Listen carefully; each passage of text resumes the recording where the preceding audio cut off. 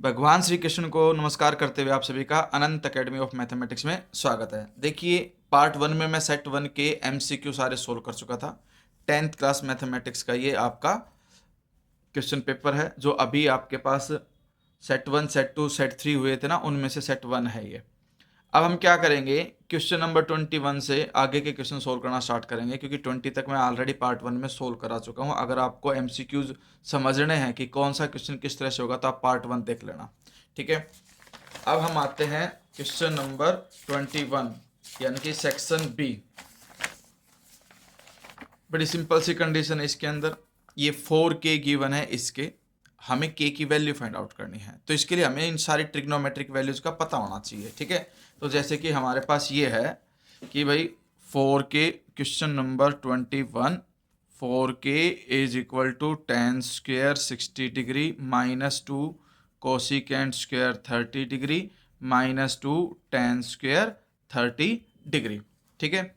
इसमें हम क्या करेंगे, ये तो 4k ही रहेगा, इक्वल टू में 60 डिग्री पे tan की वैल्यू √3 होती है, तो √3 स्क्वेयर -2 कोसिकेंट 30, यानी कि एक प्रकार से हम साइन 30 लेंगे। साइन 30 की वैल्यू होती है 1/2, उसका कर देंगे रेसिप्रोकल, क्योंकि साइन का रेसिप्रोकल कोसेक होता है, तो इसलिए ये भी 2 आएगा। कोसेक 30 डिग्री की वैल्यू 2 होती है, उसका स्क्वेयर -2 tan 30 डिग्री होता है √3, वो सॉरी 1/√3, तो 1/√3 स्क्वेयर है, तो इसलिए 1/√3 का स्क्वेयर।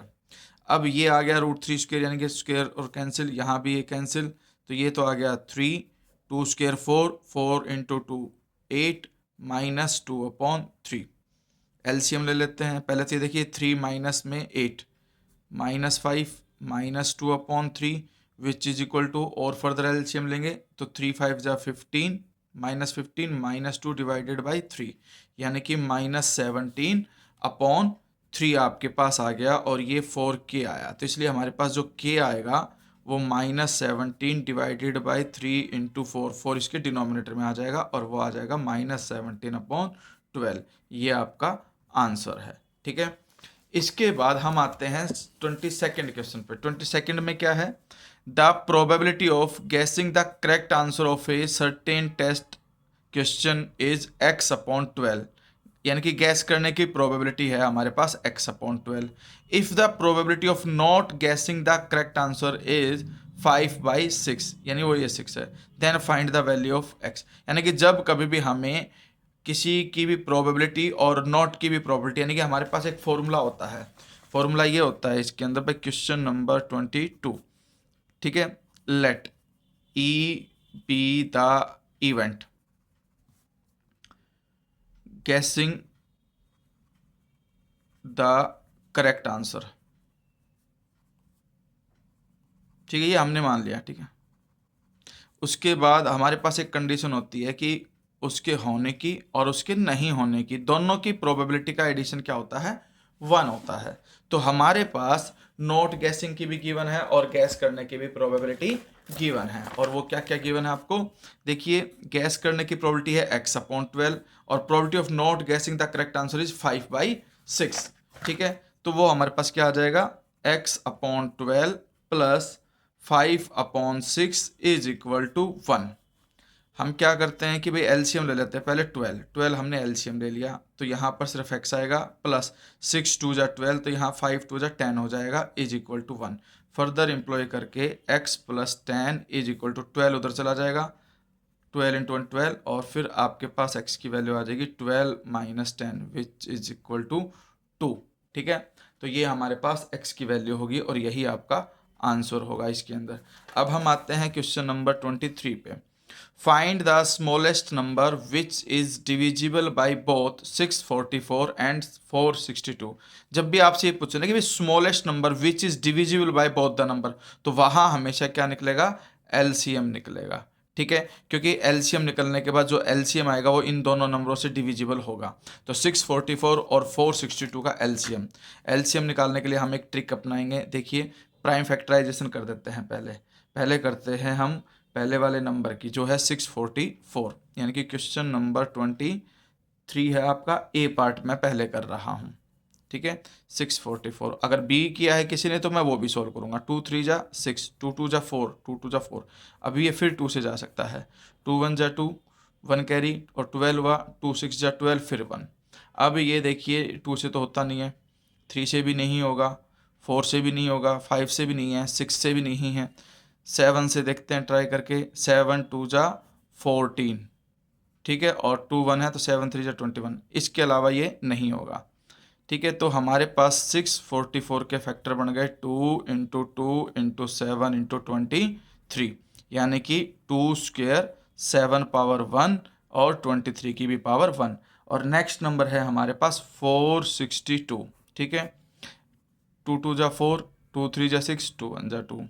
अब ये हमारे पास 3 से जाएगा, 3 7 जा 21, 3 7 जा 21, ये 7 से जाएगा, 7 1 जा 7, 7 1 जा 7, और ये फिर लास्ट में 11 पे जाएगा, ठीक है। तो इस तरह से हमारे पास 462 के फैक्टर आगे देखो सभी सिंगल टाइम्स आए हुए हैं, तो इसलिए 2 की पावर भी 1, 3 की पावर भी 1, 7 की पावर भी 1 और 11 की पावर भी 1।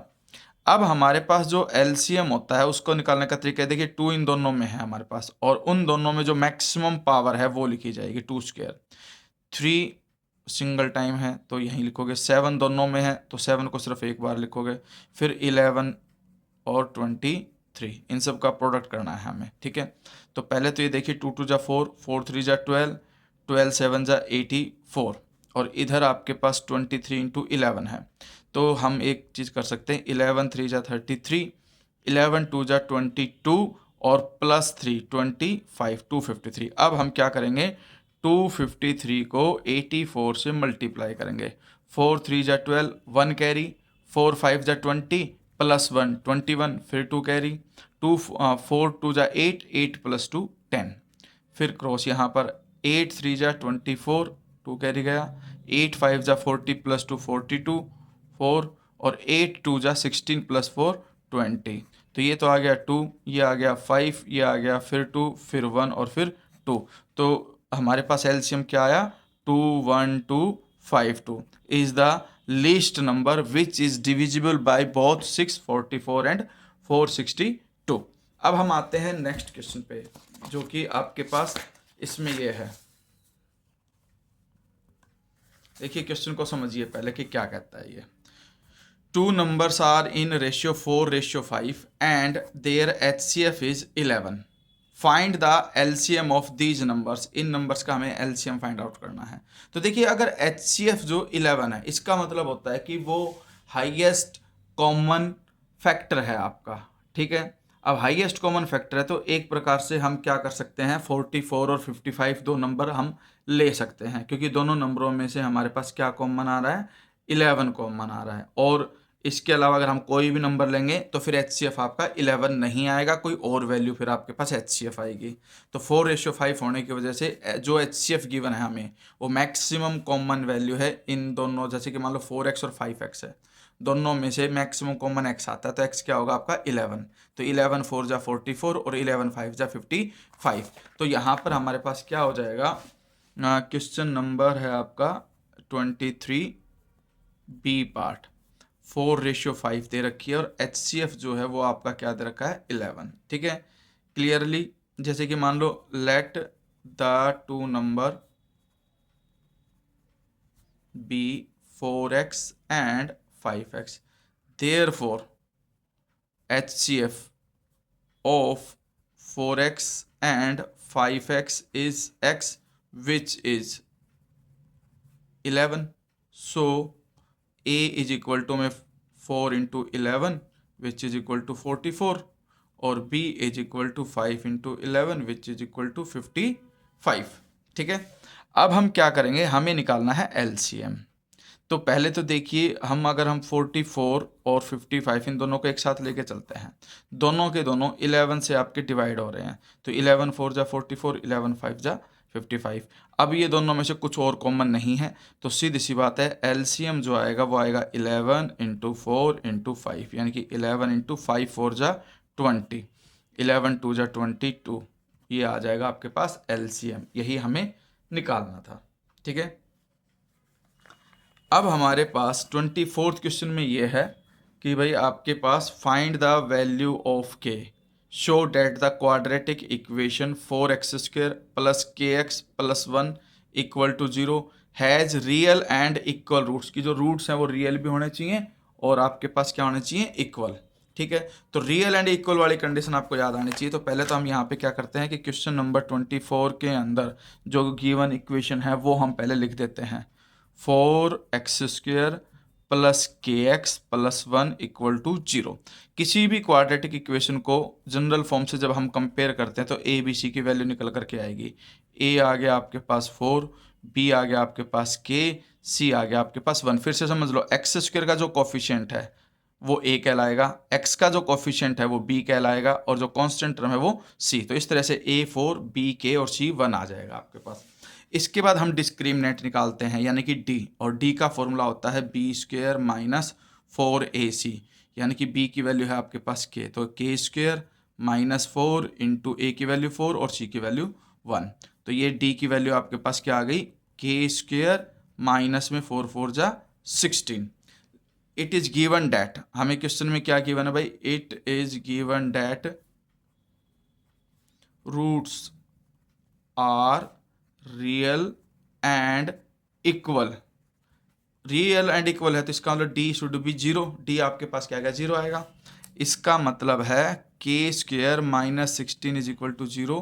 फर्दर सिंप्लीफाई करोगे k² इज इक्वल टू 16 और इस तरह से स्क्वायर रूट दोनों तरफ लोगे तो प्लस माइनस 4, ये दो वैल्यू आ जाएंगे और यही आपका आंसर होगा। ठीक है, अब सेकंड पार्ट जो है इसका, अगर आपने ये किया है तो उसको भी देखिए, alpha and beta are zeros of the polynomial P Y, y² minus 5y plus 3।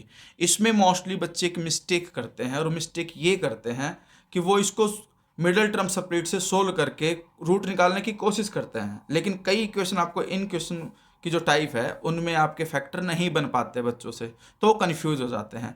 ये एक्चुअली मिडिल टर्म सेपरेट से नहीं होगा बल्कि अल्फा प्लस बीटा और अल्फा बीटा वाली कंडीशन का यूज करके होगा, और हमें वैल्यू किसकी निकालनी है, इसकी निकालनी है। तो थोड़ा सा ध्यान से देखना इसको, मैं आपको सोल्व करा रहा हूँ पूरा क्वेश्चन।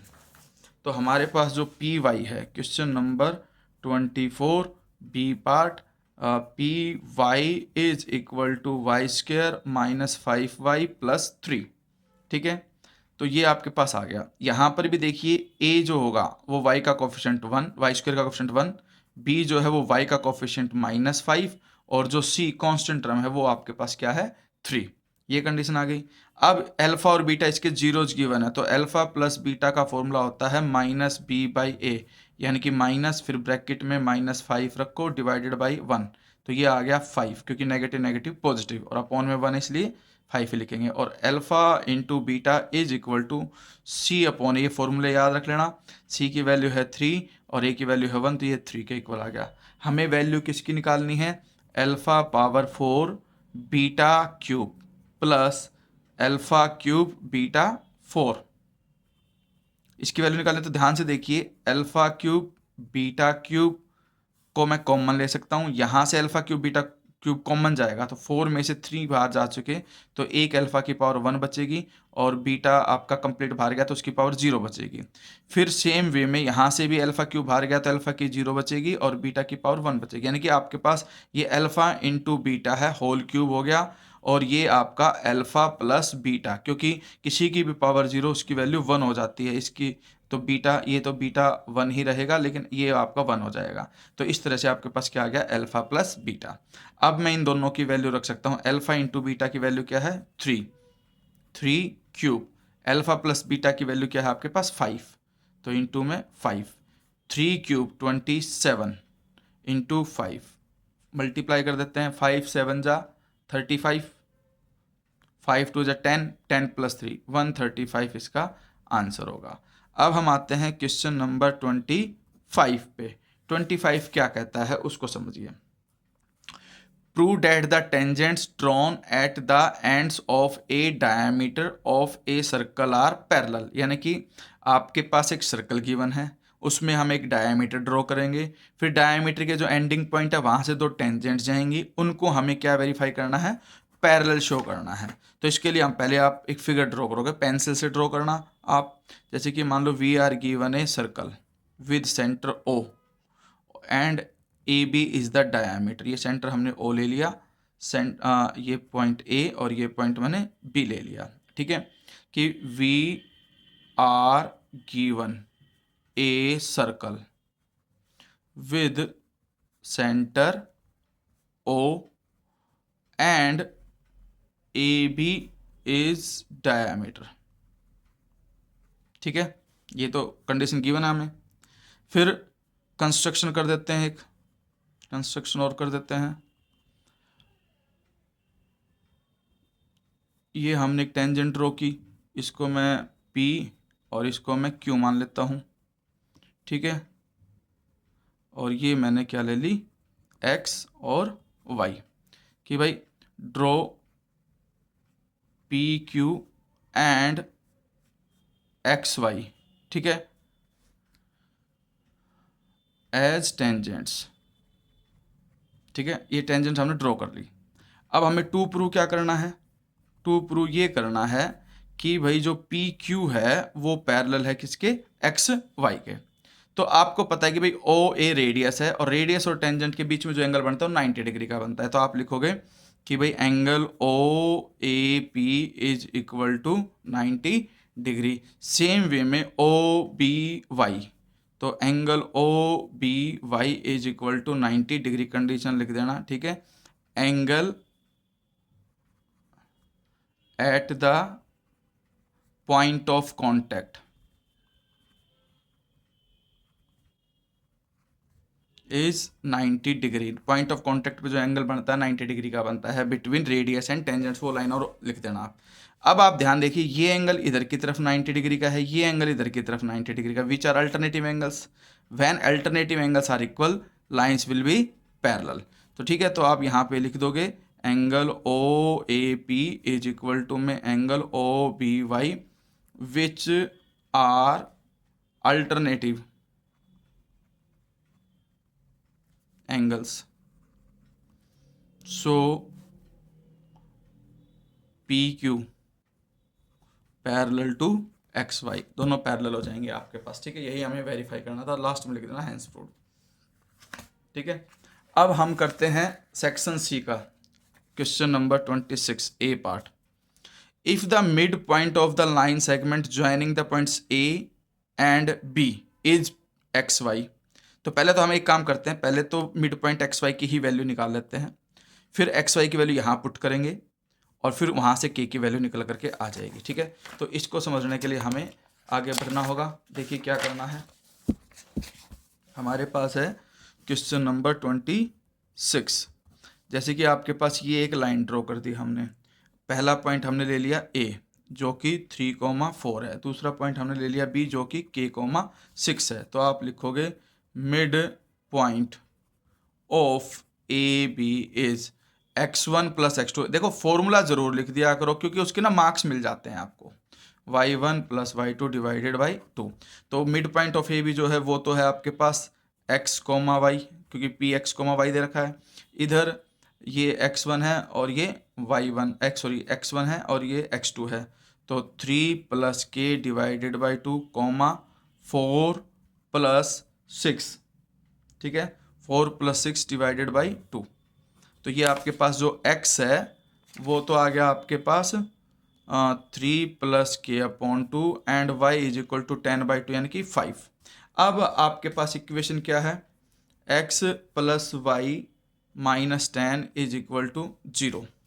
अब इसमें x की वैल्यू रख दो, 3 plus k upon 2 plus y की वैल्यू 5 माइनस 10, क्योंकि माइनस 10 ऑलरेडी है, equal to 0।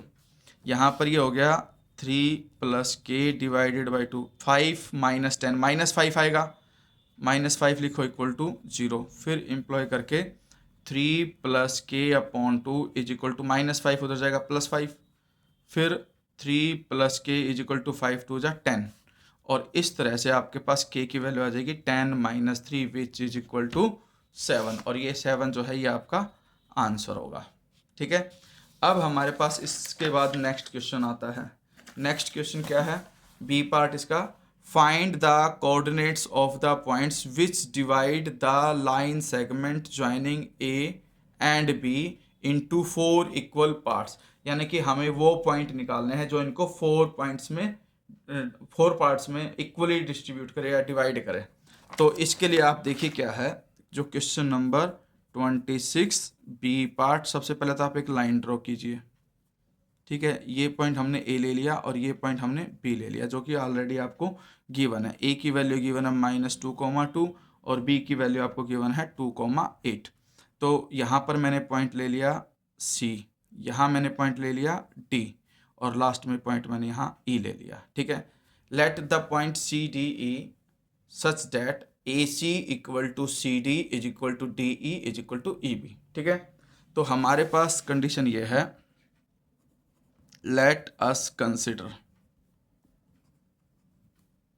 AC is equal to CD is equal to DE is equal to EB। ठीक है, ये कंडीशन आ गई। 4 इक्वल पार्ट्स हो गए, ये फर्स्ट पार्ट, ये सेकंड पार्ट, ये थर्ड पार्ट और ये फोर्थ पार्ट। तो फिर clearly D is mid point of AB, AB का मिड पॉइंट है, therefore coordinate of D is equal to, D के कोऑर्डिनेट क्या होंगे, x1 + x2, यानी कि फॉर्मूला क्या लग जाएगा आपके पास, -2 + 2 डिवाइडेड बाई 2, ये तो x1 + x2 डिवाइडेड बाई 2 हो गया। फिर y1 + y2 यानी कि 2 + 8 डिवाइडेड बाई 2, ये तो आ गया 0 और ये आ गया 10/2 5। ठीक है, अब D का पॉइंट आ गया आपके पास 0,5। अब कोऑर्डिनेट ऑफ सी निकालेंगे। ठीक है, यानी कि mid point of A D. C जो है आपका, फिगर के अंदर देखिए, सी जो है आपका वो ए डी का मिड पॉइंट है। तो उसके लिए आप क्या करोगे, फिर से मिड पॉइंट फॉर्मूला लगा दोगे ए और सी डी के अंदर। ए का पहला पॉइंट है आपके पास -2, डी का पहला पॉइंट है 0 डिवाइडेड बाई 2, फिर वाई कोऑर्डिनेट है ए का 2 और डी का है 5 और ये आपके पास आ जाएगा। ठीक है, तो इस तरह से ये आ जाएगा -2/2 -1 और 7/2। अब हम क्या निकालेंगे, ई का भी निकालेंगे। मैं ई का लाइन आप लिख देना, कोऑर्डिनेट ऑफ ई, ये तो मैंने सी की निकाली है, ई के लिए भी वही हो जाएगा। मैं यहाँ लिख देता हूँ भाई, ई का कोऑर्डिनेट कैसे निकलेगा, 0 + 2 2 होगा डिवाइडेड बाई 2, 5 + 8 13/2, यानी कि आपके पास आ जाएगा 1,13/2। लेकिन आपको लिखना ऐसे ही है, coordinate of E is equal to mid point of D B. ठीक है, तो फिर mid point of D B के बाद आप उसको सोल्व कर देना, आपका आंसर आ जाएगा। तो इस तरह से ये क्वेश्चन भी आपका खत्म हो गया। अब जो आगे क्वेश्चन है, ठीक है, वो ये है 27th में है, prove that 5√3 + 2/3 is an irrational number given that √3 is an irrational number. Already irrational given है, तो आपको प्रूफ करने की जरूरत नहीं है, सिर्फ आपको ये प्रूव करना पड़ेगा कि ये नंबर इरेशनल है। तो इसके लिए आप स्टेटमेंट ऐसे स्टार्ट करोगे कि लेट अस अज्यूम डेट, ठीक है, 5√3 + 2/3 इज रेशनल। ठीक है, नाउ अगर रेशनल है तो हम इसको क्या लिख सकते हैं, 5√3 + 2/3 is equal to a/b, where a and b are coprime. ठीक है, कोप्राइम है, इन दोनों के बीच कुछ भी कॉमन नहीं है 1 के अलावा। अब क्या करेंगे, 5√3 is equal to a/b, minus में 2/3 प्लस है, राइट साइड जाके माइनस का हो जाएगा। एलसीएम ले लेते हैं, एलसीएम आ जाएगा 3b, 3 इधर 3a, माइनस में b उधर तो -2b, ये कंडीशन आ गई। और इस तरह से हमने √3 की वैल्यू निकाल दी, 3a - 2b अपॉन 5 अपॉन में जाएगा, 3 ऑलरेडी है ही डिनोमिनेटर में, 5 3 जा 15b। फिर आप एक स्टेटमेंट लिखोगे, a and b are integers, therefore 3a - 2b divided by 15b is rational. अगर ये रेशनल है तो √3 भी रेशनल होगा, क्योंकि वो दोनों इक्वल हैं। So as √3 which is a contradiction. ठीक है, तो ये आपके पास एक कॉन्ट्राडिक्शन है, विच इज ए कॉन्ट्राडिक्शन। ठीक है, ऐसा इसलिए क्योंकि आपके पास ये रेशनल हो गया, ये इरेशनल हो गया, दोनों इक्वल नहीं हो सकते। तो so our assumptions was false, या आप कंडीशन लिख दो कि our position was wrong, therefore 5√3 + 2/3 is rational, no sorry irrational, क्योंकि रेशनल तो हमने माना था जो कि फॉल्स हो गया, तो ये कंडीशन आ गई। इसके बाद हमारे पास ये है prove that √sec a-1/sec a+1 plus में √sec a+1 divided by sec a-1 is equal to 2 cosec a। पहले हम इसको वेरीफाई करेंगे, फिर इस लास्ट वाले को वेरीफाई करेंगे, ठीक है। तो ये दोनों ट्रिग्नोमेट्री के बड़े ही अच्छे क्वेश्चन हैं, इनको देख लेते हैं एक बार। ये है क्वेश्चन नंबर 28 में यह है कि √sec a-1 divided by sec a+1 plus में √ है आपका sec a+1 divided by sec a-1, ठीक है। और हमको ये वेरीफाई करना है 2 cosec a के। तो पहले तो हम क्या करते हैं, LHS लेफ्ट हैंड साइड लेके चलते हैं, सेपरेट रूट कर देते हैं, sec a-1 divided by sec a+1, ठीक है। फिर प्लस में यहाँ पर